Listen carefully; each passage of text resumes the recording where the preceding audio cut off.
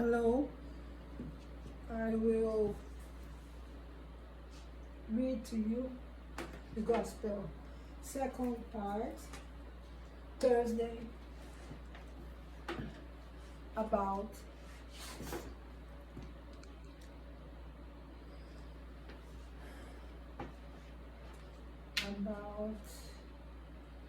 the use of riches. You cannot serve both God and Mammon. Remember this well. You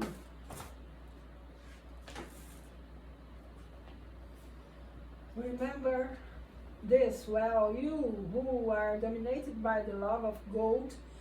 You who would sell your soul to possess treasures because they can set you above other people and provide you with the pleasures of the passion. No, you cannot serve both God and Mammon.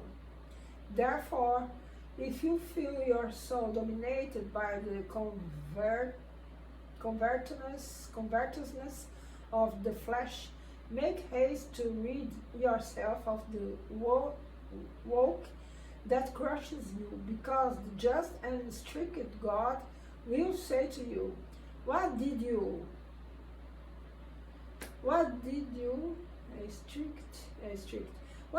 do with the wealth I entrusted to you?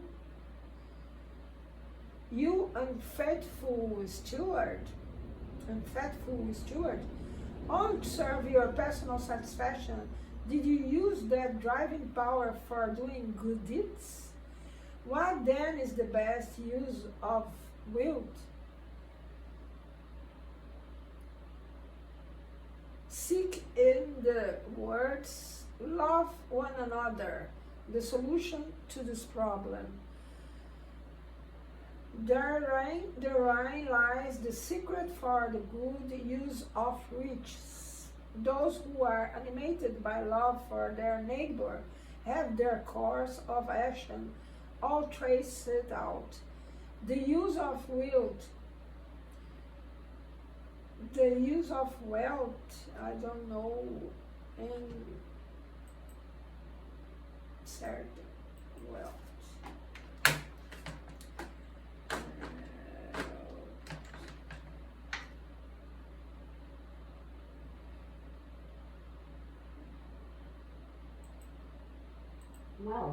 Wealth, the use of wealth, and I said this word before. Let me catch this word.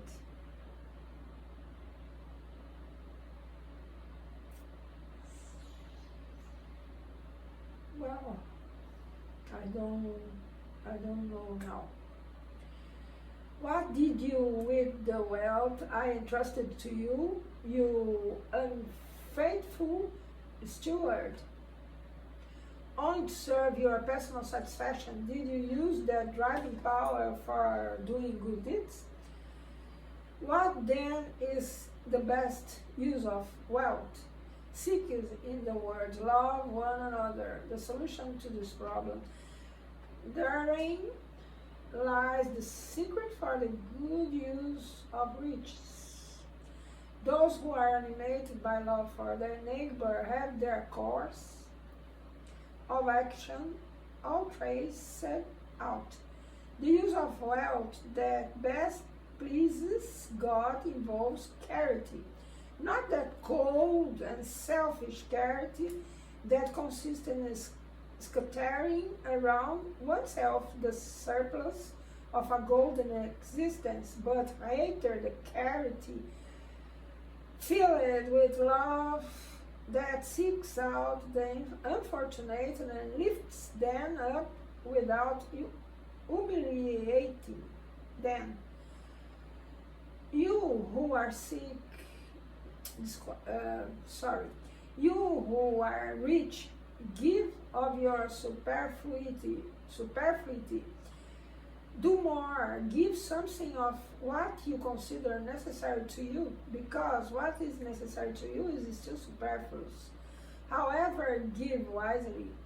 Don't reject those who complain because you are afraid that you might be deceived. Go to the source of the ill. First, seek to alleviate. First, seek to alleviate. Next, gather information. Next, gather information and see if work, counseling, or even affability might not be more effective than your charitable donations. Let me see, pronounce.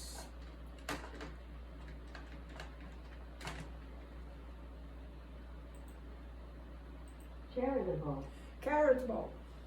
Of course.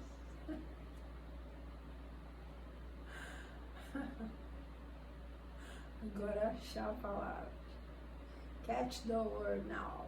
You conceiving ability. Charitable. Charitable. Ah, embaixo. More down. Introduce industriousness.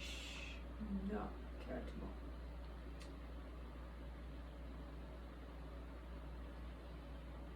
Whenever I consider aqui, deixa eu ver, acho que tá mais. Love involves charity. You who are rich, give of your superfluity, do more. Give something of what you consider necessary to you, because what is necessary to you is still superfluous. However, give wisely. Don't reject those who complain because you are afraid that you might be deceived. Go to the source of the ill. First, seek to alleviate. Next, gather information and see if work, counseling, or even affability might not be more effective than your charitable donations. In addition to your wealth, I think,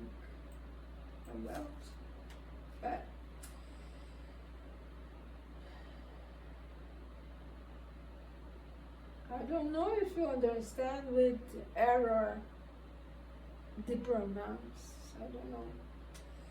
In addition to your wealth, spread all around you the love of God, the love of labor,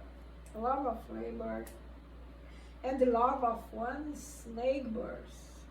Set your riches upon a foundation which will never fail you and which will bring you the big profits of good deeds. The riches of intelligence should serve you just as the riches of gold. Spread the treasures of learning all around you. Scatter the treasures of your love of your brothers and sisters, and they will bear fruit. Let me see.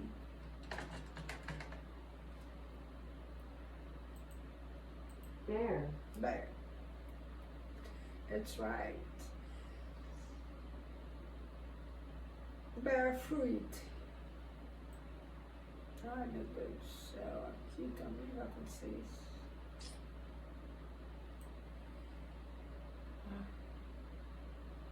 Pelo amor de Deus.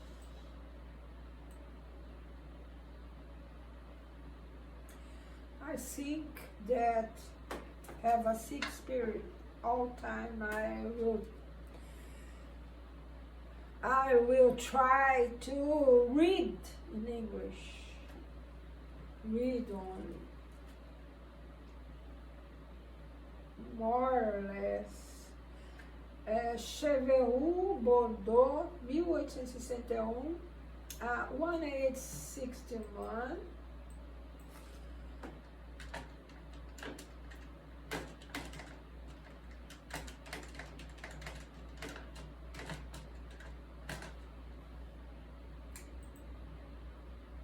1,000.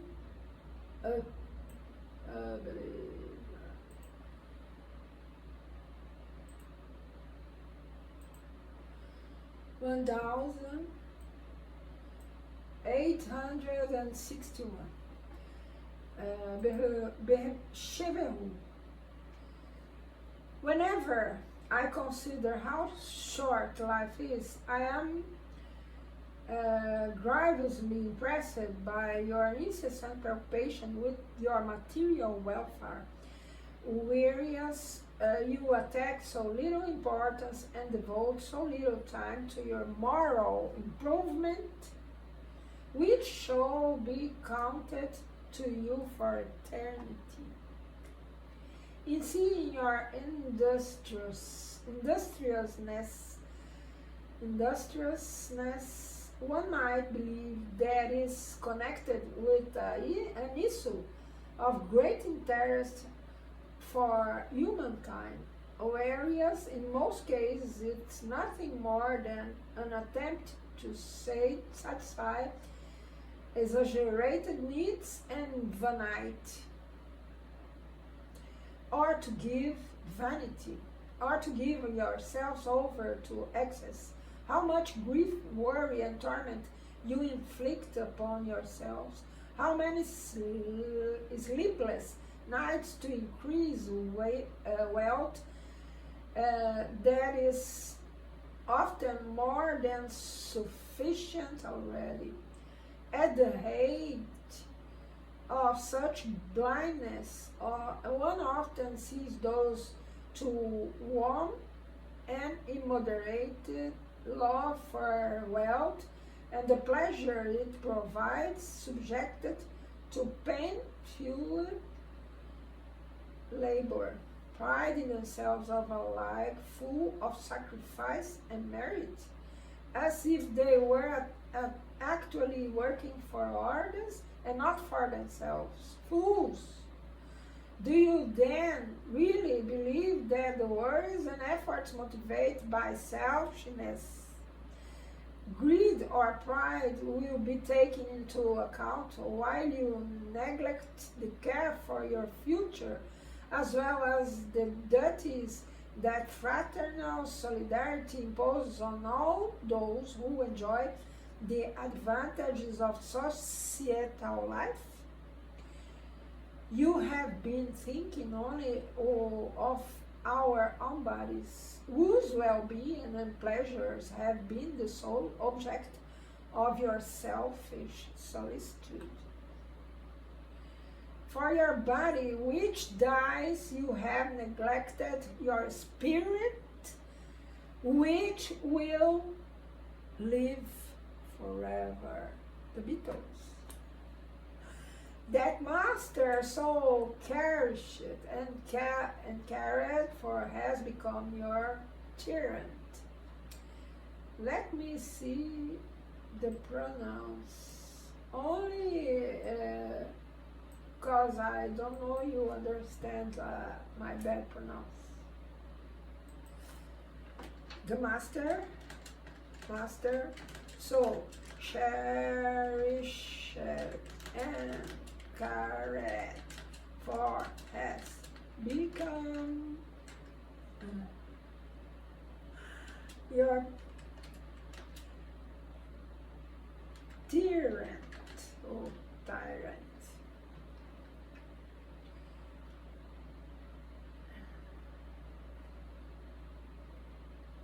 The master sou C-H-R-I-S-H é bem de qued. Ah, tá vendo? Is this? The masters that cherished and cared for have become your tyrant. Huh? The masters that cherished and cared. The masters that cherished and cared for have become your tyrant. Cherished. The masters that So cherished and cared for has become your your tyrant. tyrant, cherished. The master so cherished and cared for has become your tyrant.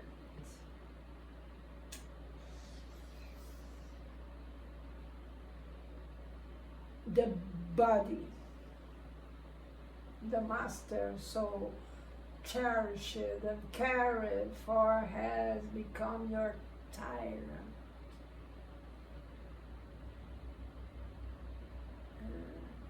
It's not so good to say, not so good to feel in English or in Portuguese.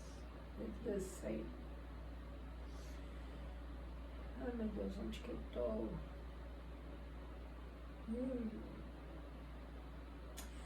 It commands body, your spirit, which has become its slave.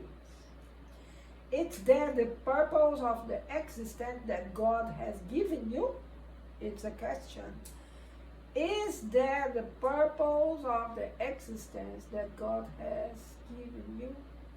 A slave of body. A protector spirit. Krakow, 108,061. I think is this.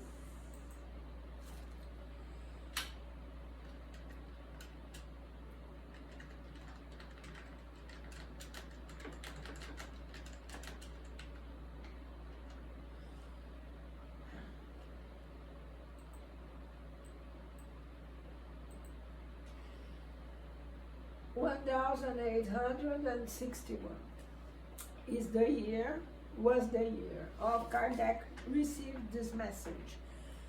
Since human, the next and last in this page, but I will read the cause of poverty. It's the best to know this. It's the best. It's cause this I meet Kardec, cause this turned my mind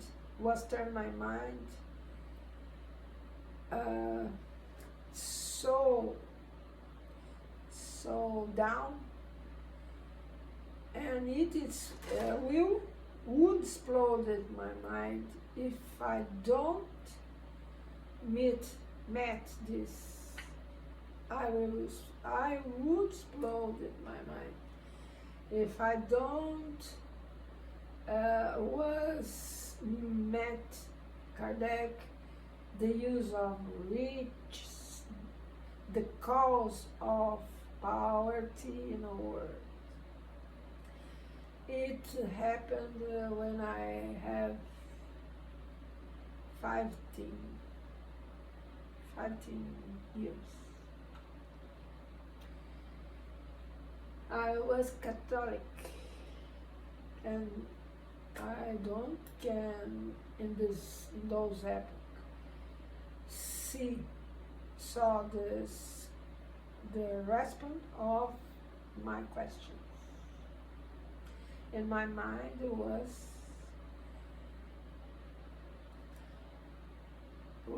exploding. What these doubts. I read a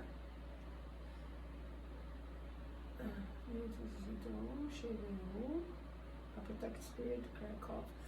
The last. Detachment from earthly possessions. It's good too, but the not is this. Since humans are the trustees and administrators of the wealth that God places in their hands, a strict accounting will be demanded of them regarding the use they have made of it in virtue of their free will. A bad use consists in using it solely for their personal satisfaction. A good use, on the other hand, consists in all the times that it results in some good, no, not all good, some good for someone else. Cause poverty can delete it from the earth. I will read more after this.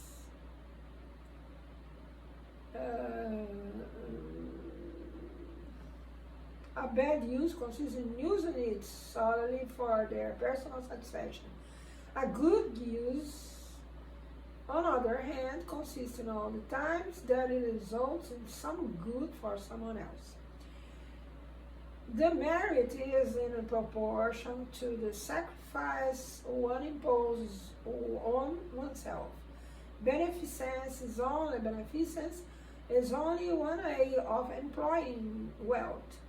It relieves misery, appeases hunger, saves from the cold, and provides shelter to those who lack it. However, an equally passing and meritorious obligation consists in preventing misery from occurring in the first place. It's there principally where the mission of the great fortunes lies.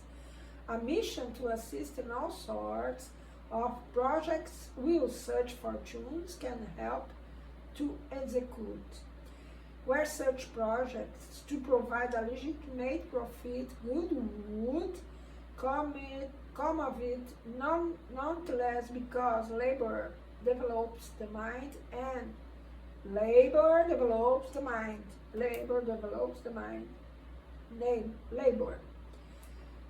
mind and exalts the dignity of people who are always proud to be able to say that they have earned the bread they eat, the bread.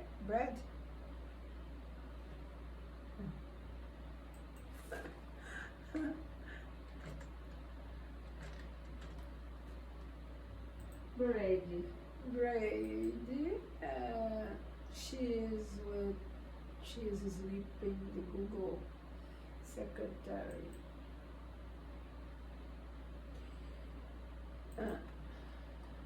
Oh my God. However, an equally pressing and meritorious obligation consists in preventing misery from occurring in the first place. It is there principally where the mission of the great fortune lies, a mission to assist in all sorts of projects which such fortune can help to execute. Where such projects to provide a legitimate profit good would come of it, nonetheless, because labor develops the mind. Oh my God. And exalts the dignity of people who are always proud to be able to say that they have earned the bread they eat. Whereas the receiving of alms humiliates and the great then. Whereas the receiving of alms humiliates and the great then. Always proud to be able to say that they have earned the bread they eat. Whereas the receiving of alms humiliates and the great then. Wealth concentrated in only one hand should be like a fount of living water that spreads fertility and well-being all around it.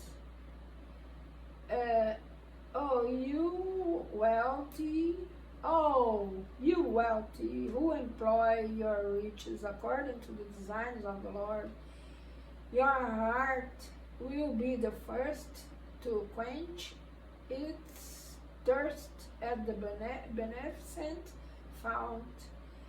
In this very lifetime, you will enjoy the ineffable delights of the soul instead of the material delights of selfishness, which leave a void in the heart. Your name will be blessed on the earth on the earth, and when you departed, the sovereign Lord will say to you, as in the parable of talents, O good and faithful servant, enter into the joy of your master. In this parable, isn't the servant who buried in the ground the money that had been entrusted to him, the image of the greedy, in whose hands wealth remains unproductive? O good and faithful servant, enter into the joy of your master. It's the Lord saying to parable of the talents. In this parable is not the servant who buried in the ground the money that had been entrusted to him, the image of the greed in whose hands wealth remains unproductive.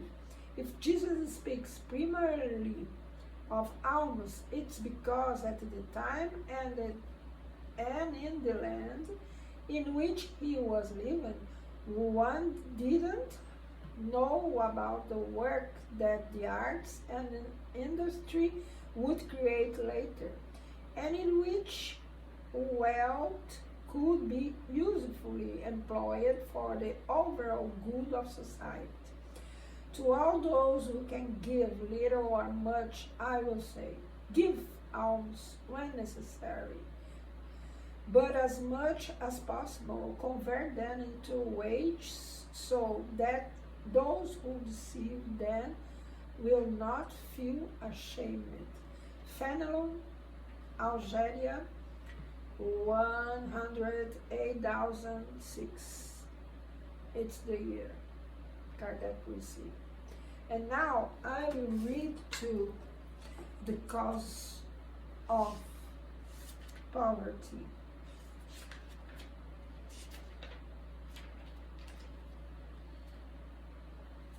It's employ, no.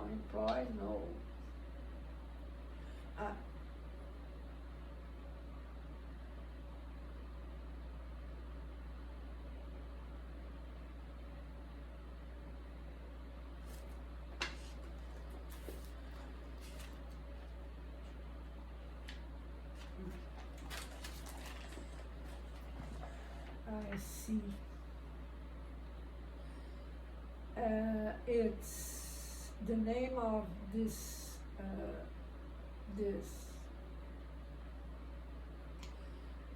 bit is no.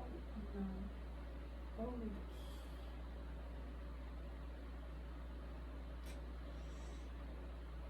two.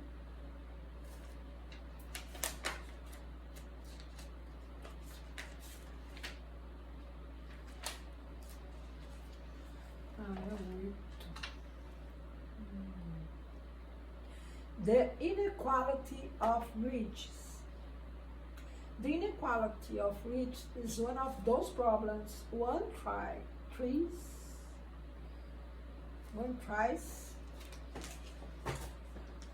Oh my God.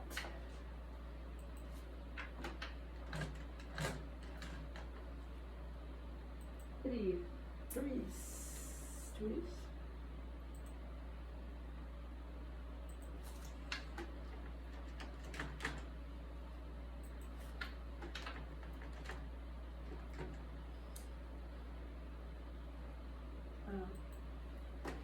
I think tries.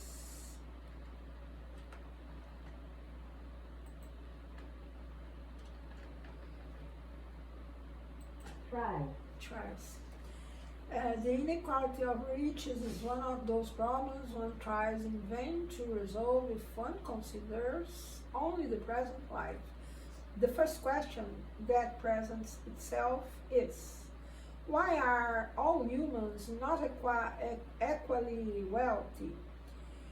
They are not equally wealthy for one very simple reason. They are not equally intelligent, active, and industrious enough to acquire wealth.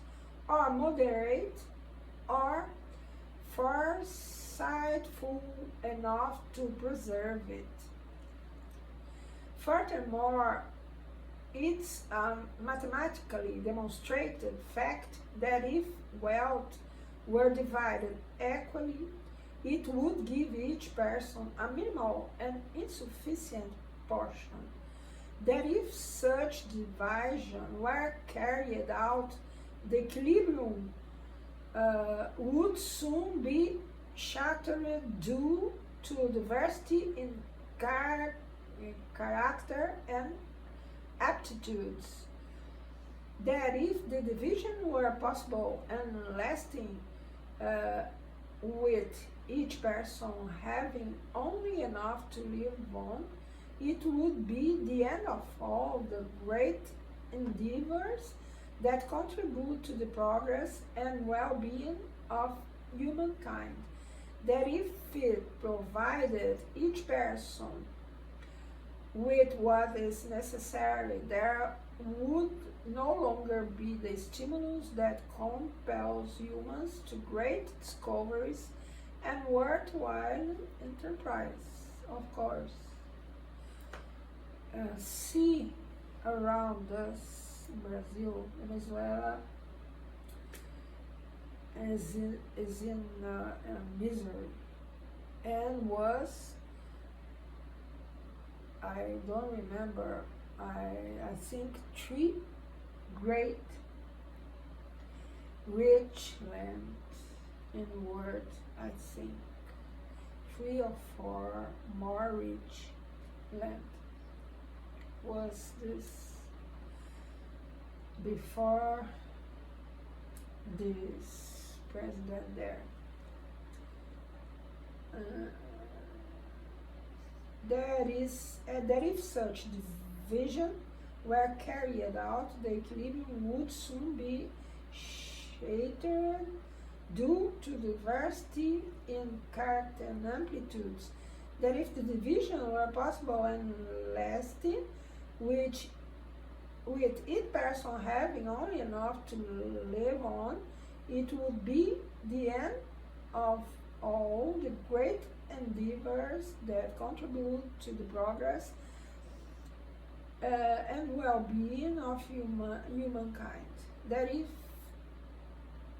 if it provided each person with what is necessary, there would no longer be the stimulus that compels humans to great discoveries and worthwhile enterprise. If God concentrates wealth in certain areas, it's because for there it spends in sufficient quantities according to the necessities. In accepting this fact, one might ask why God grants wealth to persons who are incapable of making and fruitful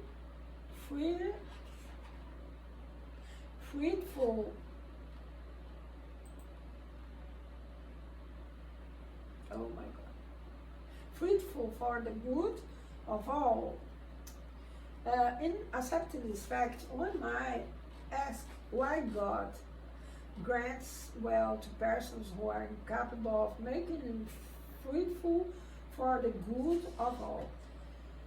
This is yet another proof of God's wisdom and goodness. By giving humans free will, God wanted them to reach the point where dot their own experience. No, God wanted them to reach the point where, through their own experience, they could distinguish between good and evil, and that the practice of the good be the result of their own efforts and will. Good and evil.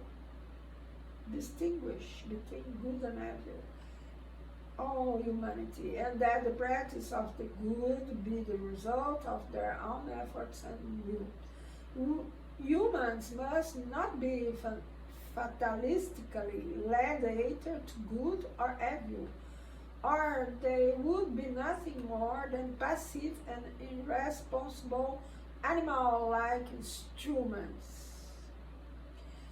Wealth is a means of testing them morally, but since it's simultaneously a powerful means of inducting progress, God doesn't wish for it to remain improductive for long, and thus moves it around incessantly.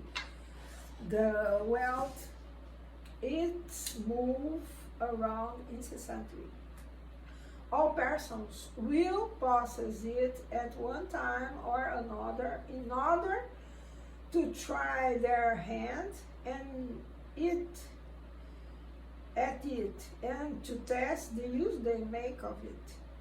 However, since it's physically impossible for all to possess it at the same time, and moreover, if all did possess it, no one would work, and the improvement of the planet would be compromised.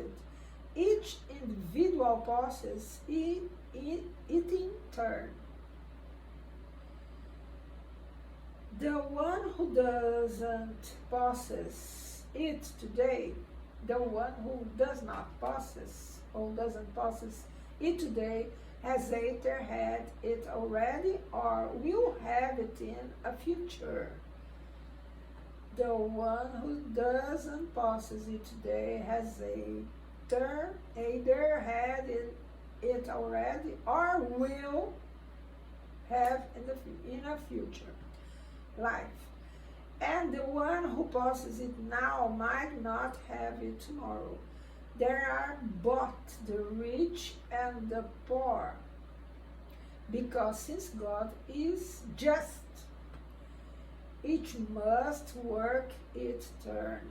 Poverty is for some a test of patience and resignation. Poverty is for some a test of patience and resignation. Wealth is for others a strong test of charity and self-denial. The lamentable use that some persons make of their wealth and the ignoble passions that greed provokes are rightly deplorable, and one might ask if God is really just in giving it to such persons. It's certain that if humans had only one life to live, if humans have one life, it's certain. But nothing would justify such a division of earthly wealth.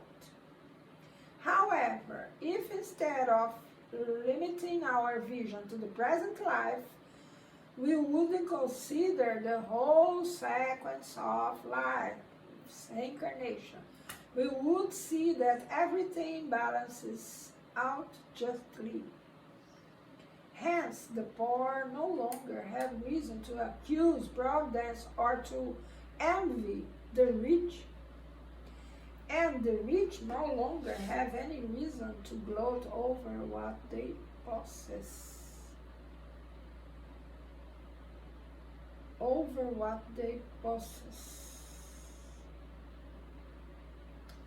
The form of English phrase are formed.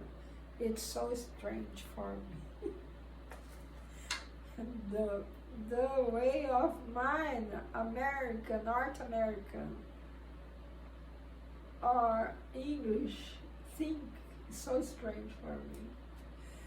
Hence, the poor no longer have reason to accuse providence or to envy the rich, and the rich no longer have any reason to gloat over what they possess. If they abuse it, it's not with decrease or sumptuary loss that wrongs will be righted. If they abuse it, it is not with decrease or sumptuary loss that wrongs will be righted. Laws can temporarily change one on the outside, but they cannot change one's heart. That is why these laws have a temporary duration and are always followed by a reaction even more unrestrained. See political situation here in Brazil.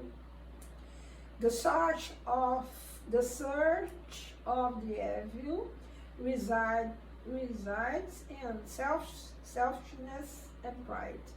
Abuses of every kind will cease by themselves when humankind rules itself according to the law of charity. This is a good explanation.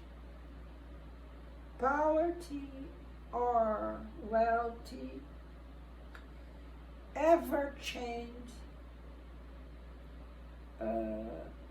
two hands, all time, all incarnation.